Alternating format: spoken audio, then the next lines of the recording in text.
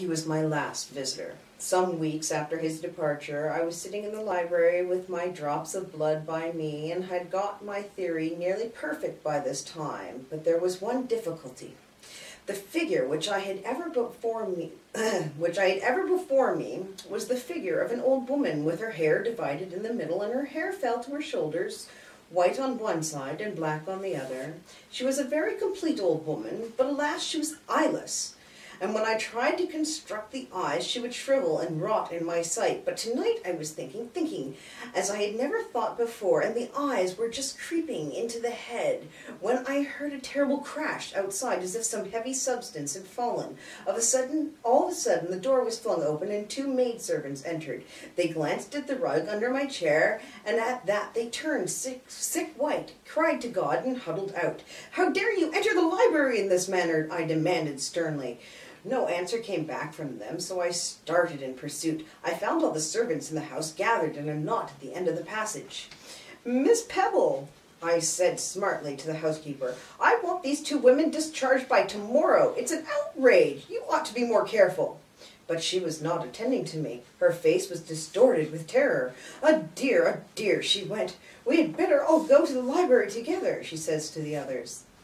"I am master of this house. Am I master of my own house, Miss Pebble?" I inquired, bringing my knuckles down with a bang on the table.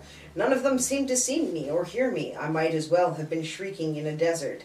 I followed them down the passage and forbade them with strong words to enter the library, but they trooped past me and stood with a clutter round the hearthrug.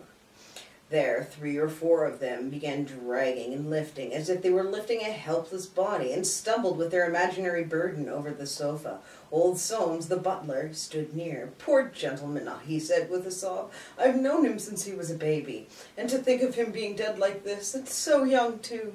I crossed the room. "What's all this, Soames?" I cried, shaking him roughly by the shoulders. "I'm not dead. I'm here. As he did not stir, I got a little scared. "Soames, my friend," I called. "Don't you know me? Don't you know the little boy you used to play with? Say I'm not dead, Soames. Please, Soames." He stood down and kissed the sofa. "I think one of the men ought to ride over to the village for the doctor, Mr. Soames," said Mrs. Pebble, and he shuffled out to give the order. Now this doctor was an ignorant dog, whom I have been forced to exclude from the house because he went about proclaiming his belief in a saving God, and at the same time he proclaimed himself a man of science. He, I was resolved, should never cross my threshold, and I followed Miss Pebble through the house, screaming out in prohibition, but I did not catch even a groan from her, not a nod of the head, not a cast of the eye, to show that she had heard. I met the doctor of the library at the door of the library. "Well," I sneered, throwing my hand in his face, "have you come to teach me some new prayers?" He brushed by me as if he had not felt the blow and knelt down by the sofa. "Rupture of a vessel of the brain, I think," he said to Soames and Miss Pebble after a short moment. "He's been dead some hours, poor fellow. You had better telegraph for his sister. I will send up the undertaker to arrange the body." "You liar!" I yelled. "You whining liar! Have you the insolence to tell my servants that I am dead when you see me here before you face to face?" He was far in the passage with Soames and Miss Pebble at his heels ere I had ended, and not one of the 3 turned around. All that night I sat in the library. Strangely enough, I had no wish to sleep, nor during the time that followed had I any craving to eat. In the morning the men came, and although I ordered them out, they proceeded to minister about something I could not see.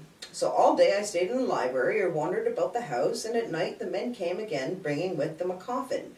Then, in my humor, thinking it a shame that so fine a coffin should be empty, I lay the night in it, and slept a soft dreamless sleep, the softest sleep I had ever had. And when the men came the next day, I rested still, and the undertaker shaved me. A strange valet.